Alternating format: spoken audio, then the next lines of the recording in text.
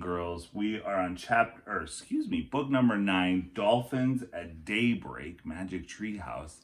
And Jack and Annie got the treehouse back, and Morgan Le Fay has a new mission for them. They are going to become, I forgot the exact title. It's something librarians. I think it's magic librarians. Oh, for heaven's sakes, Mr. McD. Hold on, I'll find it.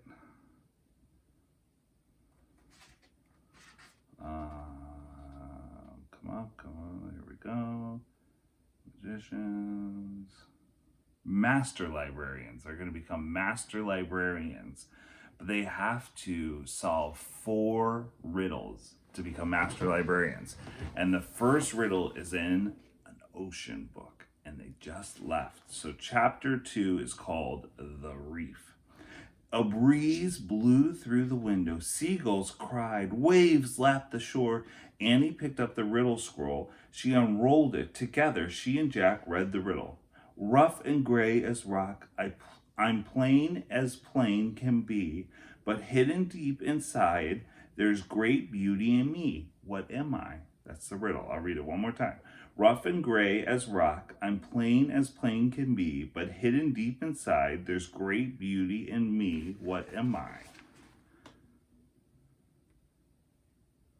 So there they are. Start thinking of guesses of what it could be. I haven't read this one, so I don't know. I don't know the answer. Let's go find the answer, said Annie. She and Jack looked out the window. The treehouse wasn't in a tree. It was on the ground. Why is the ground pink? Said Jack. I don't know, said Annie, but I'm going out there. I'm going to do a little research first, said Jack. Annie climbed out the treehouse. Jack picked up the ocean book and flipped through it. He found a picture of a pink island surrounded by water. He read, "This is a coral reef. Corals are tiny sea animals. After they die, their skeletons remain. Over time, the reef builds up and from stacks of coral skeletons." Oh man, tiny skeletons, said Jack. He pulled out his notebook and wrote millions of coral skeletons. Jack, come look at this, cried Annie. What is it now? I don't know, but you'll love it, she said. Jack threw his notebook and the ocean book into his backpack. He climbed out of the window. Is it the answer to the riddle? He called.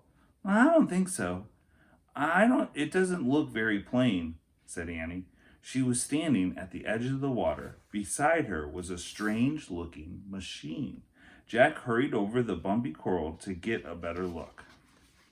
The machine was half on the reef and half in the clear blue water. It looked like a huge white bubble with a big window. Is it a spectacular kind of boat? Asked Annie. Jack found a picture of the machine in the ocean book. He read, "Scientists who study the ocean are called oceanographers." Oceanographers. That's a hard word. Sometimes they travel in small diving vessels called submersibles or mini subs to study the ocean floor. It's a mini sub, said Jack. He pulled out his notebook. Let's get inside it, said Annie. No, said Jack. Actually, he did want to see what the sub looked like inside, but he shook his head. We can't. It's not ours. Just a teeny peek, said Annie. It might help us figure out the riddle, Jack sighed. Okay, but we have to be careful. Don't touch anything, he said. Don't worry, said Annie. And take off your shoes so they don't get wet, said Jack. He and Annie slipped off their shoes and socks and threw them toward the treehouse. Then they stepped carefully over the sharp coral. Annie turned the handle on the hatch of the mini sub. It opened. She and Jack climbed inside the hatch, and the hatch slammed shut. The mini sub was tiny. 2 seats faced the big window. In front of the seats was a computer built into a control panel. Annie sat down. Jack opened the ocean book and read more on the mini sub page. Mini subs have strong hulls to keep air in and protect those aboard from water pressure. Computers are used to guide the mini sub through the ocean. Oops, said Annie. What's wrong? Jack looked up. Annie was waving her hand in front of the computer. Now the screen showed a map. "What's going on?" said Jack. I just pressed a few keys," said Annie. "What? I said don't touch anything," said Jack. An air blower came on. The mini sub jerked backward. Get out, said Jack.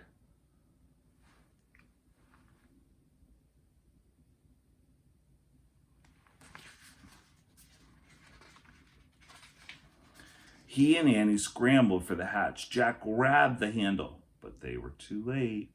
The mini sub slid off the reef. Then it dove silently down into the deep.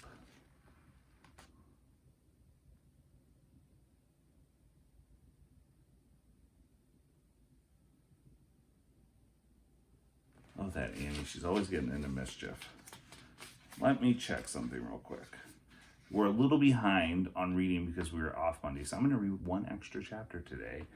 Chapter 3, Mini Sub.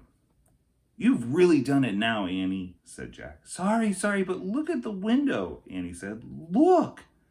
"Forget it. We have to figure this out." Jack stared at the computer. He saw a row of pictures at the top of the screen. "What did you do?" he asked. "I just pressed the on button," said Annie. So here's the row of pictures. You have a starfish, a book, and water. Or waves.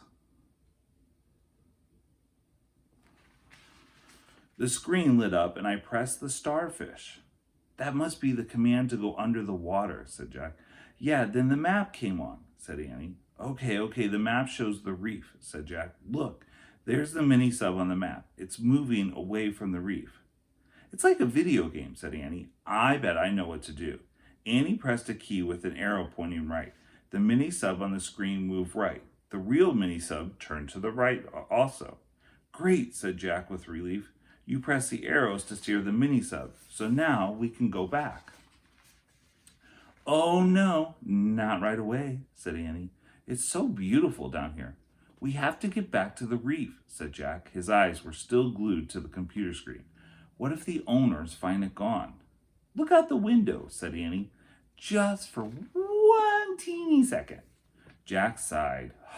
He pushed his glasses into place and looked up. "Oh man," he said softly.